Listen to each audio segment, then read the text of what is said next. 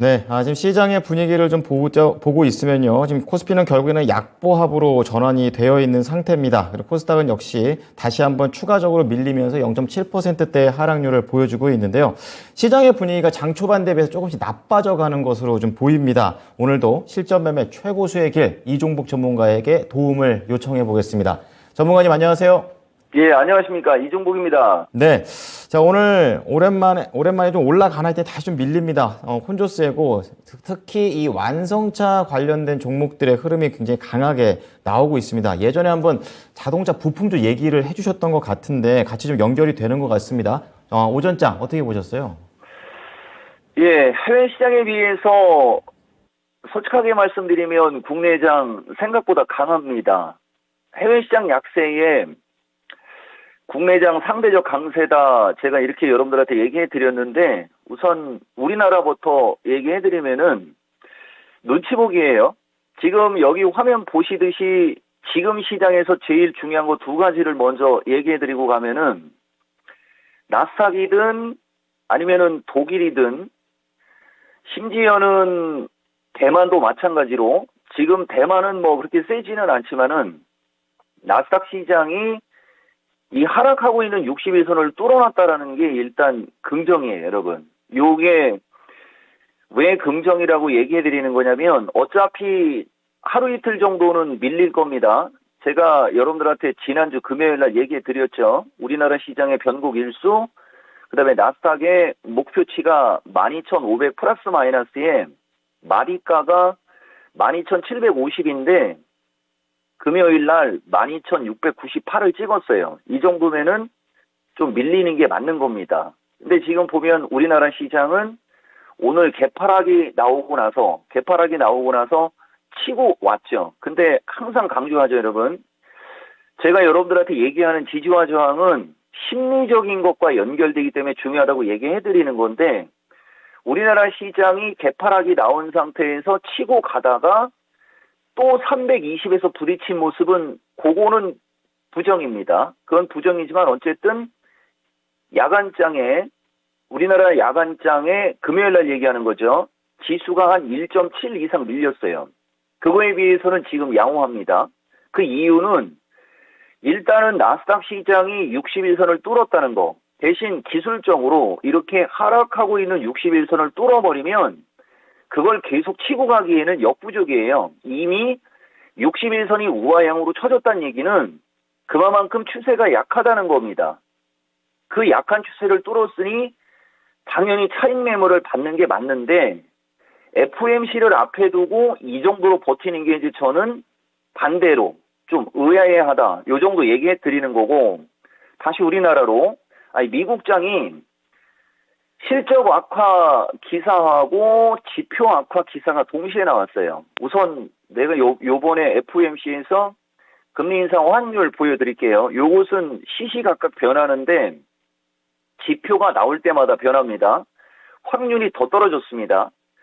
지난주에 이야기할 때가 장중에 한 29% 정도였었죠. 그게 21%까지 떨어졌어요, 여러분. 그러니까 이것은 1% 금리 인상의 확률이 상당히 낮아졌다는 얘기고 대신 시장의 분위기가 0.75는 거의 인정하라고 하는 분위기예요. 그러니까 0.75 정도의 금리 인상이 나와도 제가 봤을 때는 미국장이 무너지지는 아마 않을 겁니다. 이 부분이 긍정. 대신 이제 최근에 올라온 부분이 있기 때문에 눌림목이라도 아니면 차익 매물이라도 소화를 하는 게 부정. 눌림목과 차익 매물이 나오는 타이밍에 지표 악화가 나와버리면 이제 그게 좀 나쁜 거예요.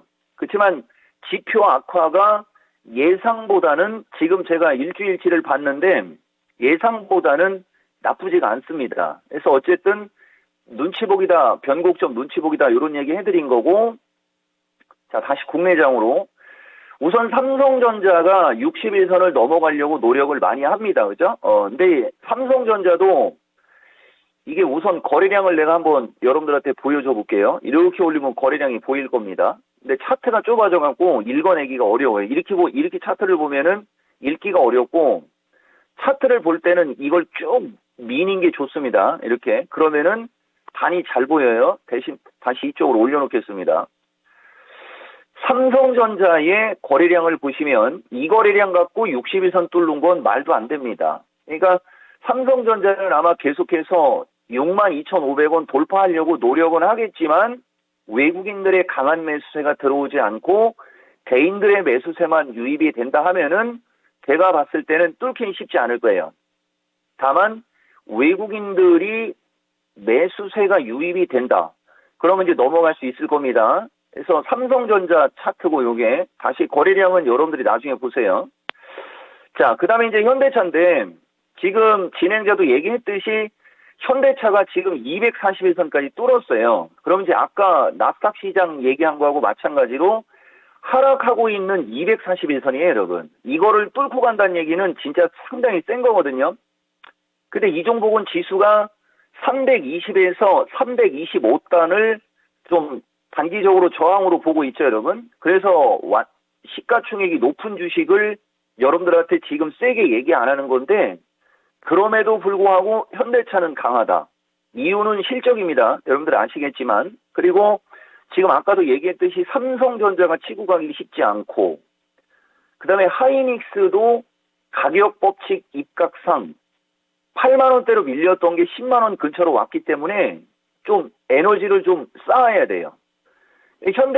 하이닉스가 여기서 11만원대로 치고 가는 건 불가능. 그러니까 조금 눌리는 거죠, 여러분. 하이닉스 눌리고 다른 시가총액 상위 종목들도 마찬가지예요, 여러분. 요새 에너지 관련주나 이런 쪽이 좀 약하죠. 그러니까 이제 현대차를 갖고 지수 방어 역할도 좀 하고 대신 수익률 게임은 진행자도 얘기했듯이 제가 여러분들한테는 뭐 방송이니까 시가총액이 떨어지는 건 얘기 안 하죠. 사실은 시가총액이 떨어지는 주식은 훨씬 더 잘 갑니다. 오늘도 지금 이건 특징주입니다. 오늘도 성우하이텍은 순간적으로 급등을 했거든요. 이 주식 역시 우하향으로 밀려 내려오면서 60일, 120, 241선을 뚫고 있는 그러니까 현대차나 이런 종목이 이런 식으로 탄력적으로 움직인다면 지수가 급등을 하겠죠.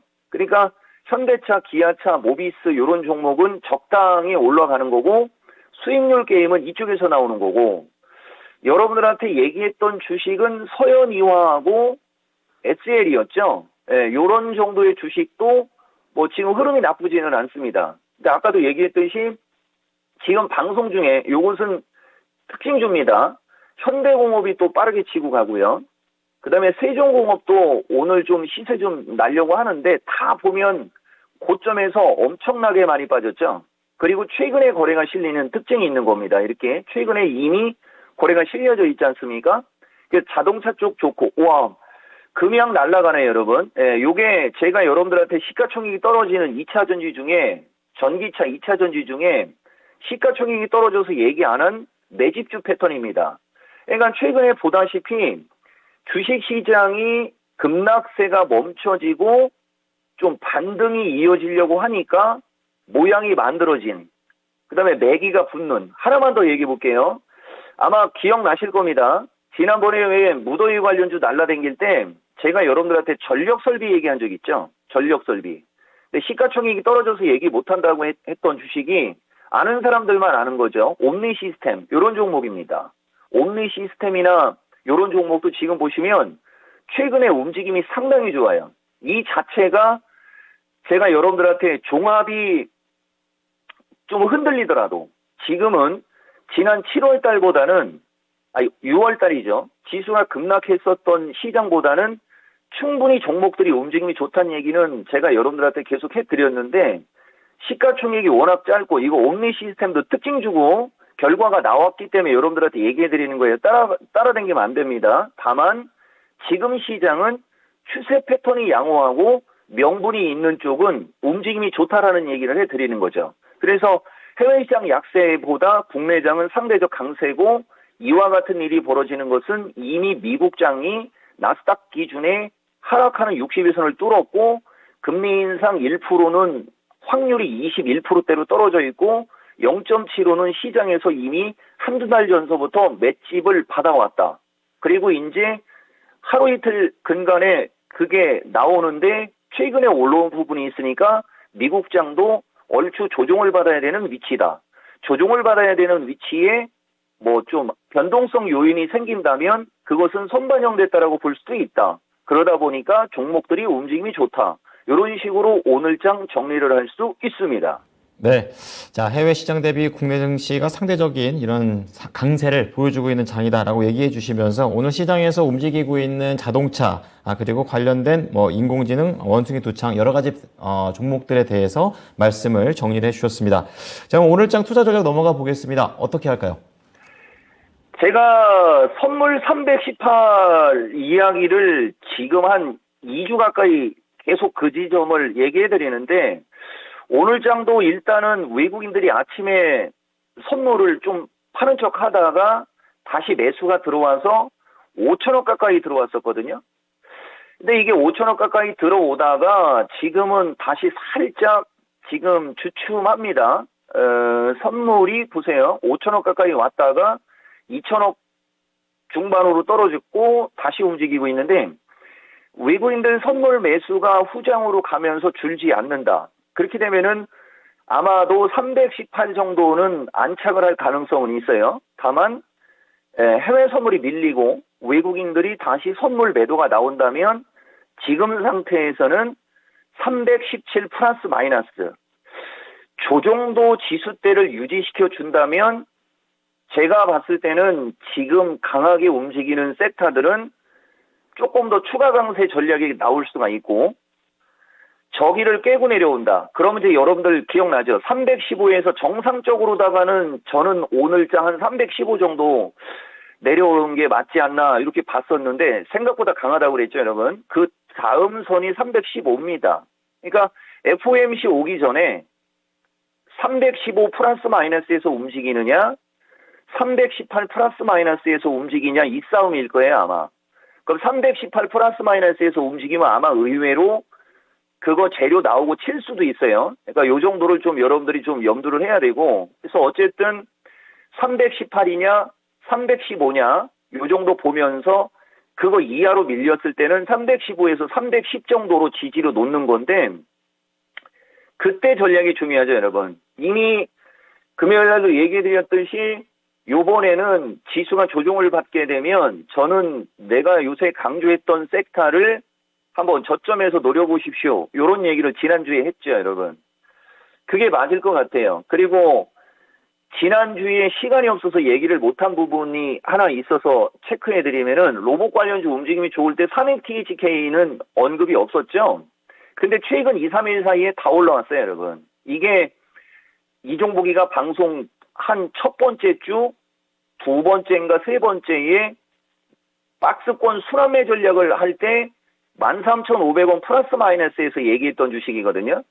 이게 16,000원대로 갔다가 상승 N자형으로 갔다가 다시 밀려 내려오는데 마지막에 이렇게 낚시꼬리처럼 이거 우리가 쐐기형 패턴이라고 하는데 이렇게 낚시꼬리처럼 추세 패턴을 만들어 놔야 치고 갑니다. 거북이 등딱지처럼 만들어 놓으면 밑으로 밀려 내려가겠다는 얘기인데 이렇게 낚시꼬리처럼 들었을 때는 위로 치고 올라가요. 이런 주식이 지금 3ATH도 이제 13,500에서 14,000원 정도는 단기 저항권일 겁니다. 그래서 3ATHK 정도의 요 정도 모습을 그리는 종목이 메타버스에 좀 많았고 그 다음에 인공지능에도 많습니다. 그 다음에 심지어는 IT 부품에도 있는데 IT 부품은 종류가 여러 가지죠.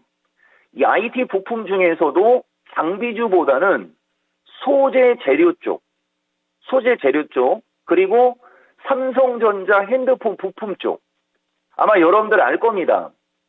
제가 방송 첫머리에 그러니까 5월 달을 얘기하는 거예요. 이건 그때 그 당시에 이제 특징주로 읽어드린 건데 KH바텍 그다음에 파인테크닉스 그다음에 세경하이테크 이쪽도 내가 여러분들한테 좀 얘기했었어요. 대신 이제 저쪽은 한 번은 파는 쪽으로 얘기를 했었는데 세경하이테크도 최근에 밀린 다음에 요새 저점에서 움직임이 양호하죠. 물론 61선을 뚫고 가기는 쉽지 않습니다. 그렇지만 보다시피 기존하고 그러니까 세경하이테크를 기준으로 한번 또 얘기를 해버리면 2022년도가 중요해요, 여러분.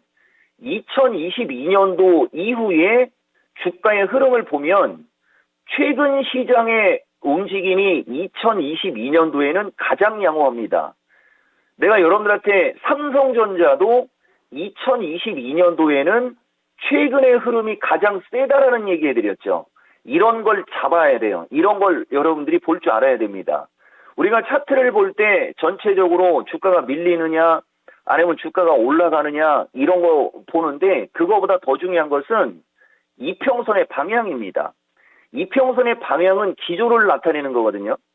그 주가가 기조가 어떤 움직임을 보이느냐를 보는 거예요. 그러니까 단기간에 주가가 움직임이 세면 이격이 벌어지게 되는 거고 장기적으로 주가가 하락하게 되면 이평선이 역배열로 쳐집니다.